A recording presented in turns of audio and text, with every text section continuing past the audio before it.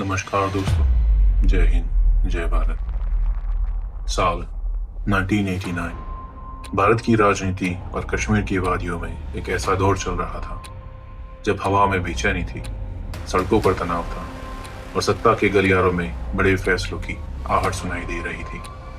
इसी वर्ष मुफ्ती मोहम्मद सईद, जो लंबे समय तक कांग्रेस के भरोसेमंद चेहरे रहे, आज अचानक पार्टी छोड़कर जनता दल में शामिल हो गए। चुनाव हुए, सत्ता बदली और वीपी सिंह की सरकार बनी। सरकार ने शपथ ली और इतिहास रच गया। मुफ्ती मोहम्मद सईद भारत के पहले मुस्लिम गृह मंत्री बने। सरकार का उद्देश्य साफ था, कश्मीर में बढ़ते असंतोष, उग्रवाद और पाकिस्तान समर्थित गतिविधियों को शांत करना। एक कश्मीरी नेता को गृह मंत्री बनाकर घाटी के लोगों में भरोसा दिलाना था, लेकिन घाटी की जमीन पहले से ही बारूद से भरी थी। मुफ्ती मोहम्मद सईद जानते थे कि हालात नाजुक हैं। वे अपने बेटे को भी सुरक्षा के साथ बाहर निकलने की सलाह देते थे, लेकिन वह भूल गए थे कि खतरा उनके घर की बेटियों पर भी मंडरा सकता है। और यही खतरा जल्द ही इतिहास का सबसे बड़ा अपहरण कांड बनकर सामने आया। उस समय JKLF घाटी में बेहद सक्रिय था। यासीन मलिक जैसे उग्र सदस्य हाल ही में संगठन में शामिल हुए थे, जिससे उनकी गतिविधियां तेज हो गई थी। पहला निशाना था मुख्यमंत्री फारूक अब्दुल्ला की बेटी सफिया, लेकिन कड़ी सुरक्षा और उनकी सीमित गतिविधियों के कारण योजना विफल रही। दूसरा निशाना सीनियर SSP अल्लाह बख्श की बेटी, यह योजना भी छोड़ दी गई। फिर अचानक एक नया विचार उभरा, भारत के नए गृह मंत्री की बेटी रुबिया सईद, जो सबसे छोटी बेटी थी। यह सिर्फ एक अपहरण नहीं था, ये भारत की राजनीति को हिला देने वाला एक झटका था और JKLF यही चाहता था। रुबिया श्रीनगर के लाल डेट अस्पताल में एक इंटर्न थी। कई दिनों तक उसकी गतिविधियों पर नजर रखी गई। उसके आने जाने का समय, रास्ते, सुरक्षा, सब कुछ नोट किया गया। और फिर आया वह दिन, 8 दिसंबर 1989। दिल्ली में मुफ्ती सईद गृह मंत्री के रूप में अपनी पहली बैठक में व्यस्त थे। उसी समय श्रीनगर में उनकी बेटी अस्पताल से घर लौट रही थी। वो एक मिनी बस में सवार हुई। रास्ते में 5 युवक बस में चढ़े। जैसे जैसे बस बाहरी इलाकों की ओर बढ़ती रही, यात्री उतरते रहे। अचानक वे 5 युवक खड़े हुए, बंदूकें निकली। ड्राइवर को धमकाकर बस को नातीपुरा ले आया गया। वहां एक नीली मारुति कार पहले से ही इंतजार कर रही थी। रुबिया को बंदूक की नोक पर बस से उतारकर कार में बिठाया गया।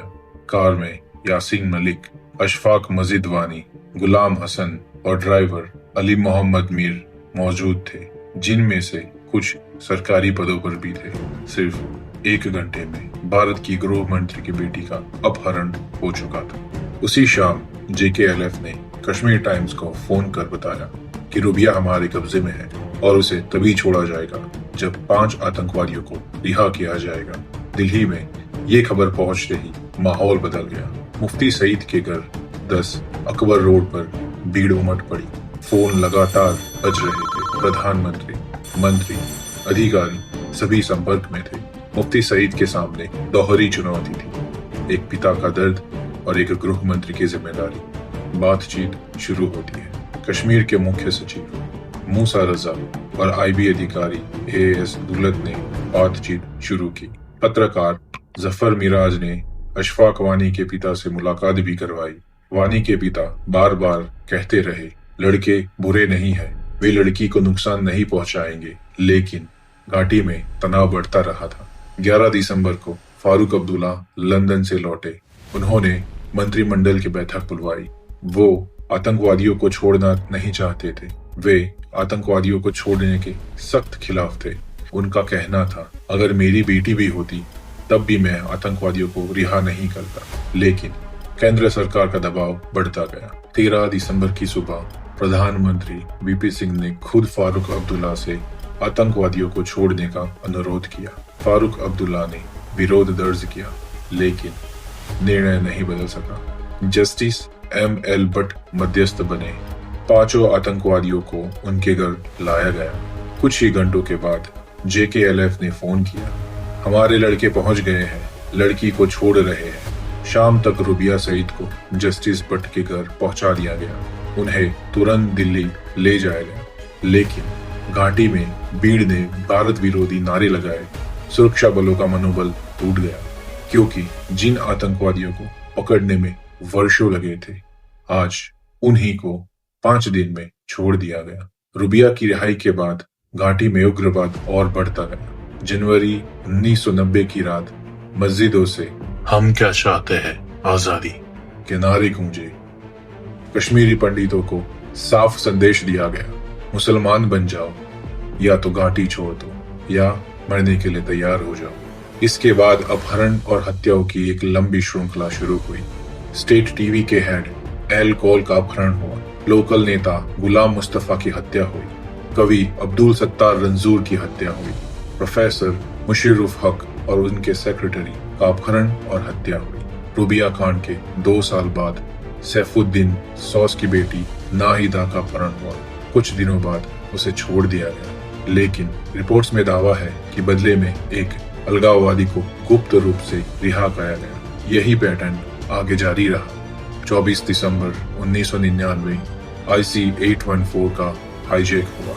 यात्रियों की रिहाई के बदले भारत को 3 खतरनाक आतंकवादियों मसूद अजहर, उमर सईद शेख और मुश्ताक अहमद जरगर को छोड़ना पड़ा। यही पैटर्न था जो रुबिया सईद के अपहरण से शुरू हुआ था। अपहरण करो, दबाव बनाओ और साथियों को छुड़ाओ। रुबिया सईद अपहरण का भारत के इतिहास का एक ऐसा अध्याय है जिसने सुरक्षा व्यवस्था, राजनीतिक निर्णय और कश्मीर की स्थिति पर एक गहरा प्रभाव छोड़ा। सुरक्षा बलों ने इसे हमेशा एक दर्दनाक घटना के रूप में याद किया, क्योंकि जिन आतंकवादियों को पकड़ने में उन्होंने अपना जीवन दांव पर लगाया, आज उन्हीं को ही कुछ ही दिनों में रिहा कर दिया गया। यह घटना एक अपहरण नहीं थी, यह मोड़ था जिसने कश्मीर की दिशा बदल दी। नमस्कार, धन्यवाद, जय हिंद, जय भारत।